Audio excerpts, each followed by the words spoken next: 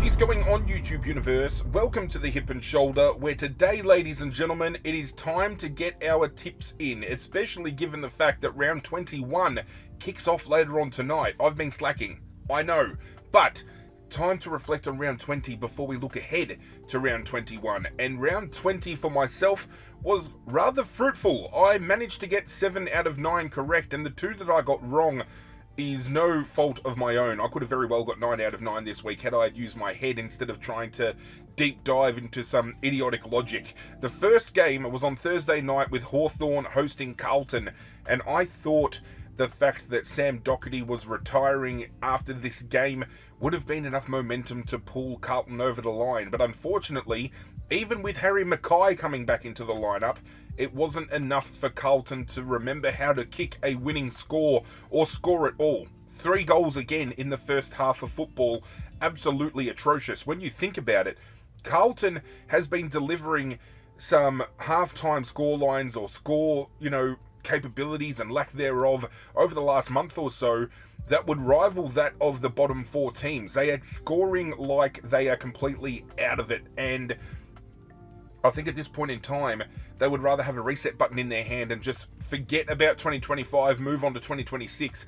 Hawthorn picking up the win, keeping their finals hopes alive, keeping in touch with that top 4 configuration, and putting my first blemish on the board. We then went on to get the wins correct for the Bulldogs. Obviously, they're playing a team below them, so they're going to win. Flat track bullies as always. Sydney looked to put a stint in my tipping, but GWS with a huge comeback in the second term got me another green tick. My second incorrect tip of the round was tipping Brisbane over the Gold Coast after, for almost the entire season, myself saying that the Gold Coast are hard to tip against at People's First because they just play a different brand when they're playing at that stadium. Should have taken my own words and ran with it, because I would have had 8 out of 9 had I done so. We then are green lit for the rest of the round. Fremantle defeating West Coast, Geelong defeating North Melbourne, Adelaide defeating Port Adelaide, Collingwood defeating Richmond, and St Kilda defeating Melbourne, who we took as our certainty for this round. And I'm glad I had enough faith in them, and I'm so glad Nasiah Wanganeen-Malira decided to turn up. One of the best minutes of football that individually any player has played ever in the history of the game, at least the modern game. So 7 out of 9 for me. I thought that might have been enough to be on top of the leaderboard once more in ways of most correct tips. However, we had 2 that managed to tip a 9 out of 9 perfect round. Congratulations must go to Peter M of Peter Mac 82 and Con M of Madge Tiges 77, both tipping 9 out of 9. Congratulations to the both of you. And as we turn our attention now to total tips, again, Skyvo, Lana S leading the charge. I don't think there has been a round this year where Lana has not been on top of the ladder. So congratulations again must go to Lana for holding down the top of the ladder, and I think she will do so for the rest of the season given how well she has been tipping. Our top 10 is then rounded out by Beano's, Nado, and Macca0303, all tied on 127, 3 tips behind Lana.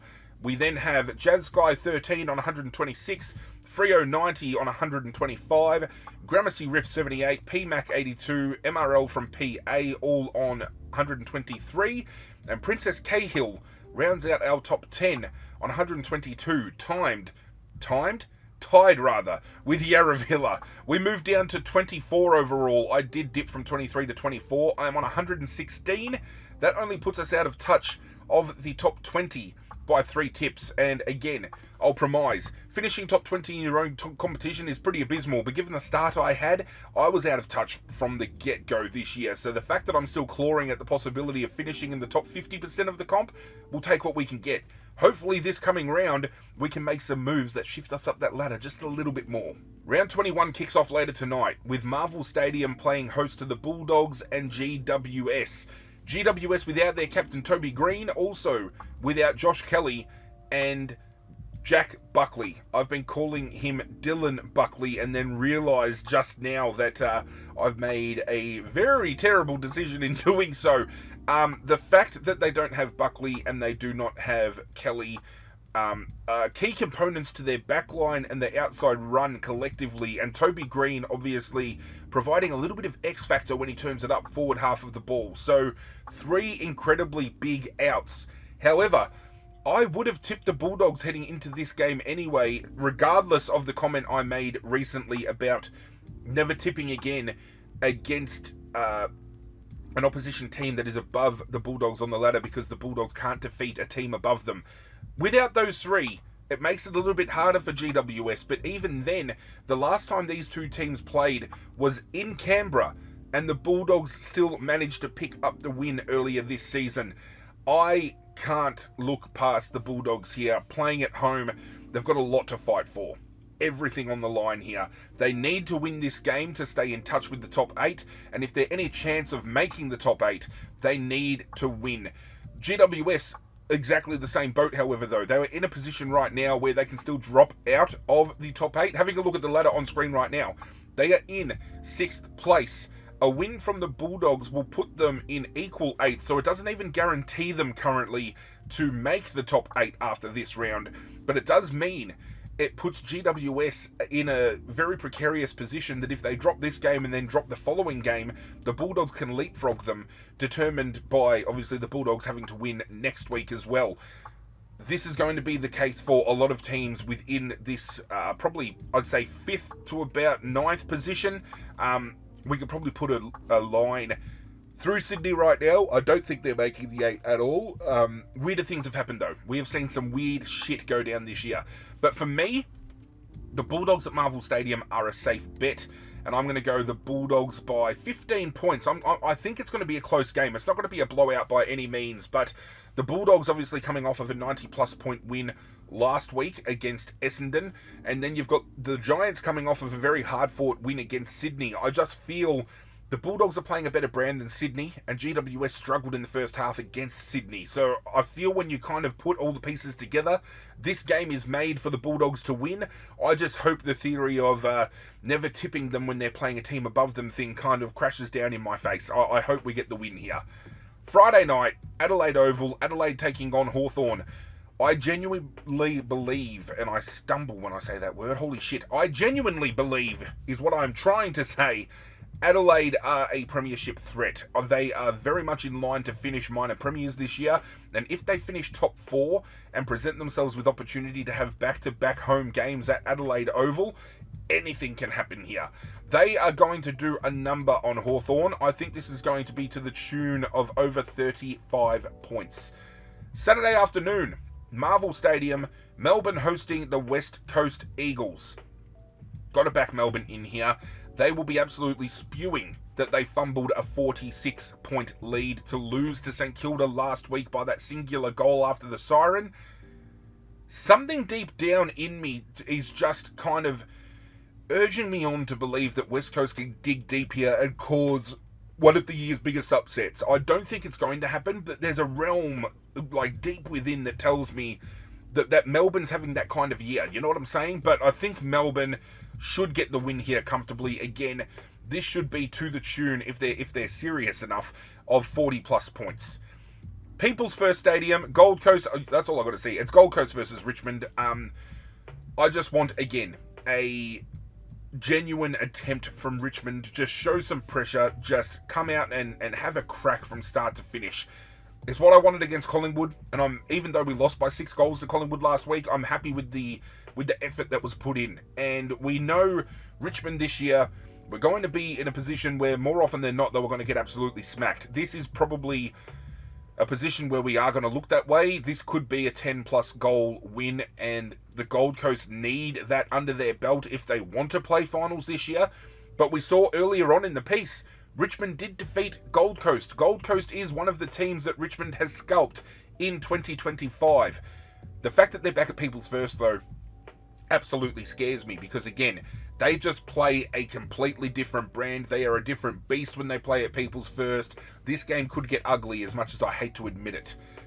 Saturday afternoon, we move from People's First and we go down 5 minutes after. See, these time clashes with this fixturing is so ridiculous. But we have Sydney hosting Essendon. Sydney do pick up the win here, and it does keep them mathematically alive for finals. It's going to be an interesting run to see whether or not they can make that top 8. Essendon have just been hit from pillar to post with injuries this year. Jordan Ridley, the latest. They have now announced their 14th debutant, which is a record, I believe, currently for the most debutants in a singular season. I don't know whether that talks about the injuries more so than anything else, or whether it talks about the lack of depth on the lower tier of players coming through, the younger crop. Because if you've got to rely on all these debutants, where are these younger kids that have been getting games into them over recent years? I don't know whether they're all injured as well, but 14th debutant, Essendon against the ropes, Sydney looking to deliver the knockout blow. The final game on Saturday night sees Collingwood hosting Brisbane. This, to me, is very much going to be the game of the round. Both clubs fighting to assert dominance in this top 4 configuration of who is the best team in the AFL. We've got Collingwood, who in my eyes have been the best team all year, like over the span. Like I've said in previous videos, especially the last round recap I did, I think Geelong and Adelaide over the last month have played the better brand, but Collingwood has still been the better team over the course of the year. Brisbane need to bounce back and need to pick up a big win, and I actually think Brisbane are going to pick up the win here at the MCG. I am also going to lock them in as my certainty this week, because when you see my options for the certainty, I'm kind of boned. But I think Brisbane have it in them. The midfield battle is going to be interesting because Nick Dacos has been getting off the chain, but I'm expecting Josh Dunkley to hard tag him, and we know if Dacos does cop a hard tag, he sometimes finds it very hard to shake off. We then have backline versus forward line, and I think Brisbane's forward half is kind of chaotic enough and mixed matched in a way that they can get a hold of Collingwood's defence, whereas I think Brisbane's defence is going to be too hard for Collingwood to crack through. The only thing that could be hard for Brisbane is DeGoey and Hill will probably both come back this week, and that just adds a lot of X factor to the forward half of the ball for them. But I believe if Brisbane are serious about this premiership defence that they're mounting, they want to go back to back, this is a game that they are going to win. Sunday, 3 games, the first of which is at Marvel Stadium, St Kilda taking on North Melbourne. This is the final game, I believe, where Tristan Cherry misses, so St Kilda win this one. If Cherry was playing, I would give North Melbourne every chance to win this game. St Kilda coming back to the way they did, hard to back against them here. North Melbourne, however, have showed us glimpses that their best can eclipse a team like St Kilda, because St Kilda's inconsistencies this year have been too far and in between. So North Melbourne can come through with a chance here. I just feel it depends on the ins and outs, but St Kilda, after the effort they put in against Melbourne last week, hard to back against. Geelong taking on Port Adelaide at GMHBA. Thank you, Geelong. This is going to be another 10 plus goal win here. Now, Geelong, Jeremy Cameron, he's looking to kick 100 goals this season. I believe he's on 69 goals at the time of this recording. This game here, he has potential to kick maybe 5 or 6. He then has to play Essendon. He also has Richmond. He has got every opportunity to be the first player since Lance Franklin to kick 100 goals in a game of football. And I think the last time Lance kicked 100 was the same year that Fev got kept to 99. I could be mistaken. Feel free to fact check. But Jeremy Cameron, very deserving of that mantle. A lot of people are already talking on social media about what game they're going to rock up to. Will it be Geelong versus Richmond in the final game of the year? The 100 goals, I don't think it counts for the Coleman, because the Coleman ends at the end of the home and away season. But 100 goals in a season, they apparently count that for finals as well. So if they're counting finals, he definitely makes it.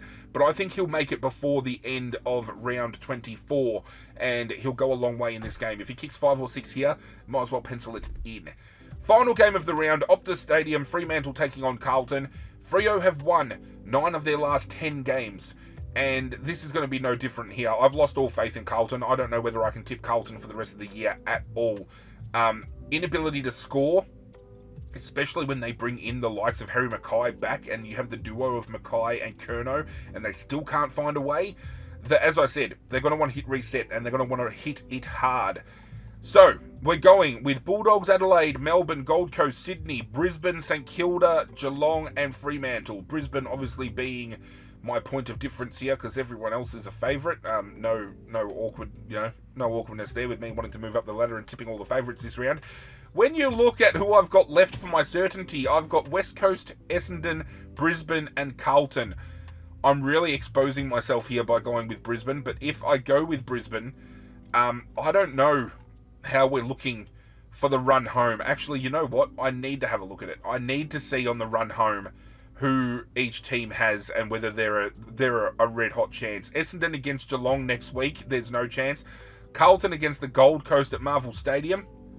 Oh, Christ. And then we've got Eagles taking on Adelaide. Oh, I'm boned that round. I'm absolutely boned that round. Then we go to round 23, and we have Essendon taking on St Kilda. Okay, winnable, maybe. Carlton taking on Port Adelaide at Marvel.